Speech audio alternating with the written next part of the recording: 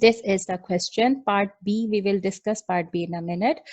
So let us first discuss part A. Now we want to find the root of this function, and the closed interval given to you was 12 and 16. So find a substitute, bring your calculators and do it step by step with me. Substitute here x is equal to 12, get the answer. Substitute x is equal to 16, get the answer, and multiply the two answers to obtain, to check whether it satisfies the criteria of intermediate value theorem. You can see here that y of 12 is positive, y of 16 is negative. So positive times negative is always a negative number. So 12, 16 is the correct interval. We can apply on this interval the bisection method. Good. Now bisect the interval. Okay, and you will have here 12, 16. So you will have the midpoint for this interval, okay? So which is 14, all right? So what will happen? We will find the midpoint, okay? 12, 14, and we will continue doing this way. Okay, and we will make a table of these results.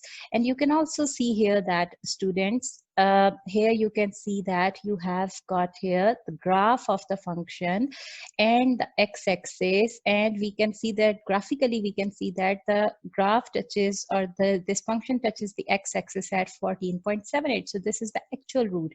But now we will use the bisection method to verify this. Okay, so now I have made some tables here.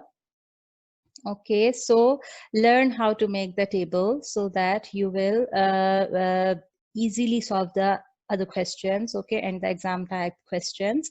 Now for the first column, what is happening in this table? The first column is for the number of iterations. Okay, if I have asked you to perform 10 iterations, then you will have 1 till 10 numbers here. Okay, now you have the lower bound, the upper bound, and the root. The midpoint is called the root for the bisection method. For other methods, the definition of the root is different. Please make a note on your notebook. For the bisection method, the midpoint will be called the root. Okay, approximated root. All right, so now what have I done, students? I have now organized my results. How have I organized these? First, I have made a column for the lower bound of every interval, then a column for the midpoint, and a column for the upper bound. I have arranged it so that the numbers will appear in organized way. Now I will obtain the functional value at 12. This is 6.0669. Functional value at 14, 1.5687. Functional value at 16, minus 2.2688. Now students, please try to understand the motivation behind the tabular approach. Why have I done this? Because now I have organized my data. Okay, for example, we are just talking about currently, we are just talking about the first iteration. Okay, so let me just zoom it to the first iteration only. Okay, so okay, right. So here you can see that the product of the functional values. All right. So you can see here that the product of the functional values at the lower bound and at the upper bound. Okay, we said that it changes the sign, so therefore we can go for the midpoint. Now I have obtained the midpoint. Now I have made my two new intervals. Okay, so let me take it to the board so that I can write here. So what am I saying, students? Now I have got the midpoint, and therefore now I have got two sub-intervals. So what was the motivation? First, check the intermediate value theorem and then get two sub-intervals. Okay, so I have two sub-intervals here. Okay, so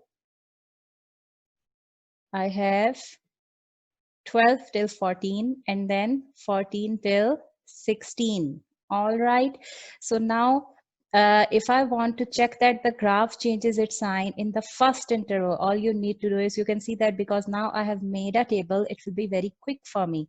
So 12, 14, at 12 and 14, these are the functional values. Multiply these values, both are positive, so you will get a positive number.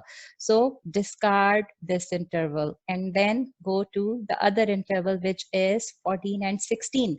14 till 16. So at 14, functional value is 1.5687. At 16, functional value is minus 2.2688. Positive times negative is a negative number. It is now readily obvious, right? So now you can go to the next step very swiftly. So now discard this first interval 12 till 14 and keep the new interval 14 till 16. Have I done the same here? Yes, we have. You can see that now I have kept 14 and 16 and I have deleted from my memory or from my computer's memory 12 till 14. Now I will check from 14 till 16 that the graph changes its sign. All right, then I will find the midpoint. The midpoint of 14 and 16 is 15.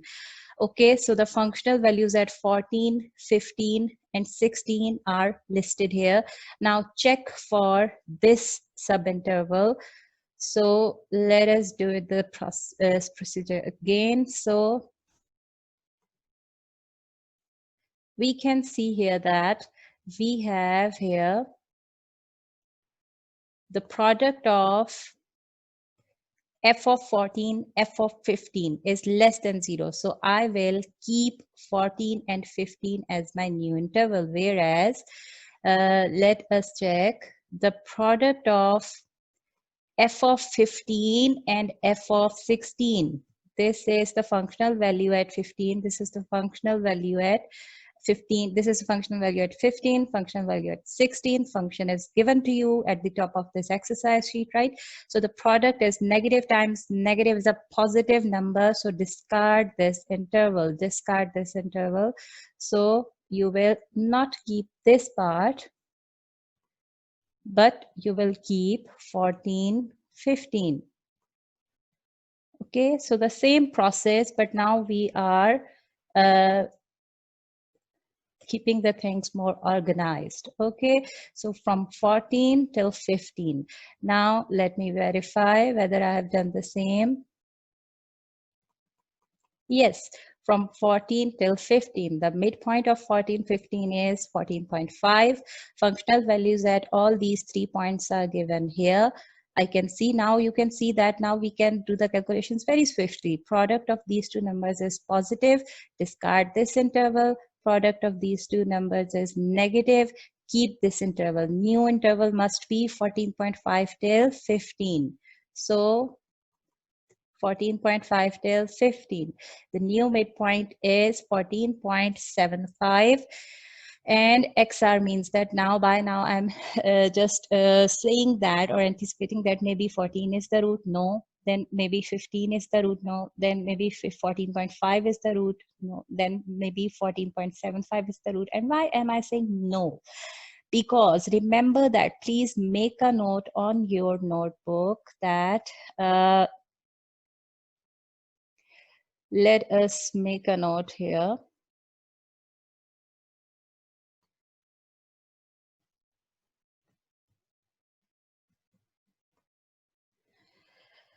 A point is approximately a root of a given function if functional value at this point is very close to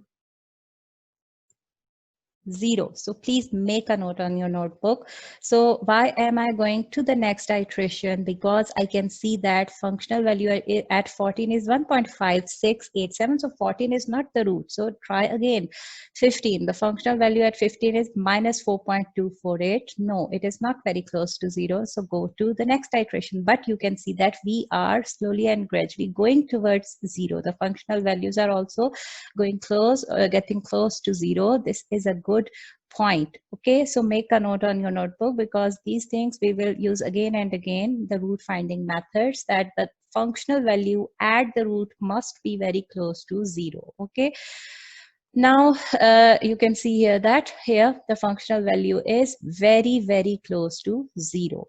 All right, so students, what have I done in this presentation? I have made 3 columns for the lower bound, upper bound, and midpoint, which is the root. Functional value at the lower bound, functional value at the root, and functional value at the upper bound. Okay, and then I have applied the intermediate value theorem very swiftly. Okay, how I can show you once again. You can see here.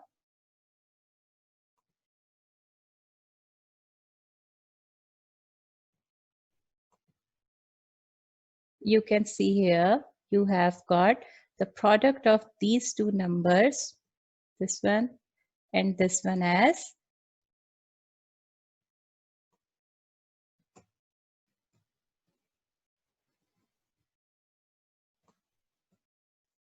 greater than 0. Okay, positive. So you will discard this interval, and on the other hand, the product of these two numbers is less than 0.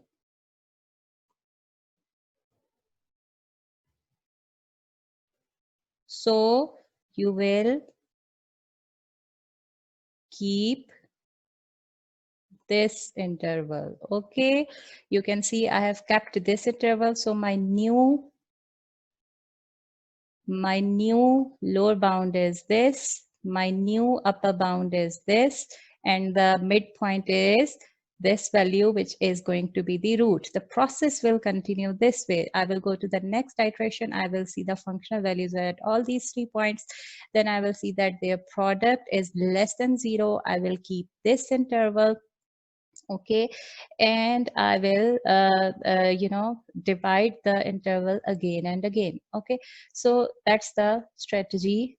Okay, so students, please try to go through this table. Now let us go to the next table, which is more important, which is about the error analysis. Now I will keep the middle column, okay, which is about the root 14, 15, 14.5, 14.75, 14.8750, and so on.